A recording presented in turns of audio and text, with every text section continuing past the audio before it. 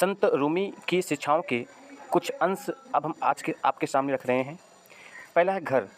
अगर 10 लोग एक घर में प्रवेश करना चाहें और उनमें से केवल 9 ही अंदर पहुंच पाएँ, तो 10वें व्यक्ति को यह नहीं कहना चाहिए यह ईश्वर की इच्छा है।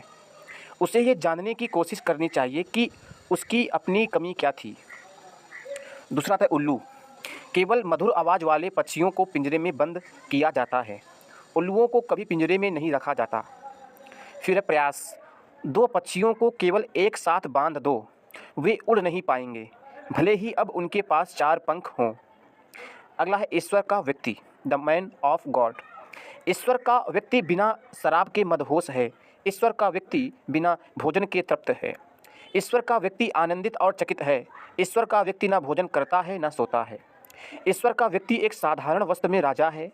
ईश्वर का व्यक्ति खंडहर में छिपा खजाना है। ईश्वर का व्यक्ति ना वायु है और पृथ्वी का है। ईश्वर का व्यक्ति ना अग्नि और जल का है। ईश्वर का व्यक्ति ऐसा समुद्र है जिसके कोई सीमा नहीं है। ईश्वर का व्यक्ति बादल के बिना मोती बरसाता है। ईश्वर का व्यक्ति 100 चंद्रमाओं और आसमानों का मालिक है। ईश्वर का व्यक्ति 100 सूर्यों का प्रकाश है। ईश्वर का व्यक्ति सत्य के कारण ज्ञानी है। ईश्वर का व्यक्ति पुस्तकों से सीखा विद्वान नहीं है।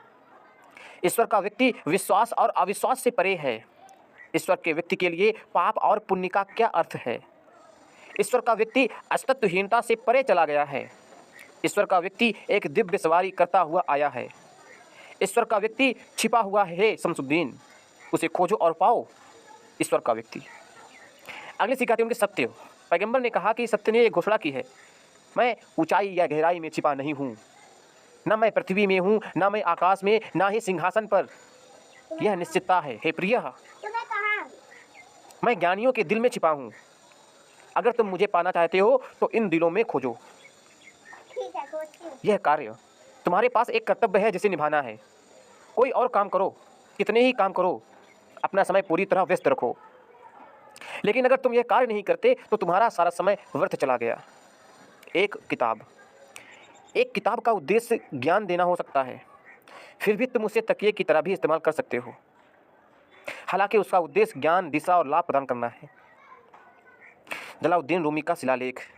जब हम मर जाएं तो हमारी कब्र को धरती में मत खोजो, इसे इंसानों के दिलों में पाओ।